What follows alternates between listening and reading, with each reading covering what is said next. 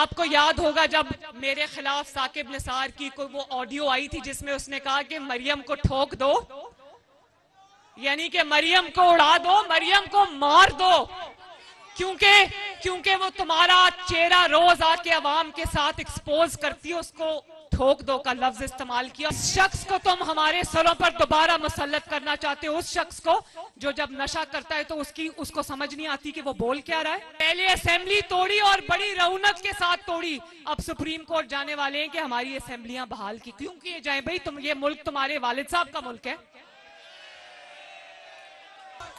मुझे बताओ मेरे भाइयों और बहनों, नवाज शरीफ ने जब कहा था मैंने अपना फैसला अल्लाह रब्बुल इज्जत पे छोड़ दिया, तो आज नवाज शरीफ साहब को कुछ करने की जरूरत है? ये खुद भी बोल रहे हैं, इनके साथी भी बोल रहे हैं और इनके बच्चे भी बोल रहे हैं। और उस मुल्क का हाल देखो, दुनिया के मुहज्जब मुल्कों में जो तरक्की करती हुई कौमें, वहां पर अदालतों में जाके देखो, वहां पर कॉन्स्टिट्यूशन पे फैसले होते हैं, आइन पे फैसले होते हैं, कानून पर फैसले होते हैं, मेरिट पर फैसले होते हैं। यहाँ कैसे फैसले होते हैं? यहाँ फैसले सासों के कहने पे होते हैं, यहाँ फैसले दामादों के कहने पे होते हैं, यहाँ फैसले बेटों की रिश्वतों पर होते हैं। अब आपको पता चला कि आज अगर मजदूर के पास रोटी नहीं है तो क्यों नहीं है?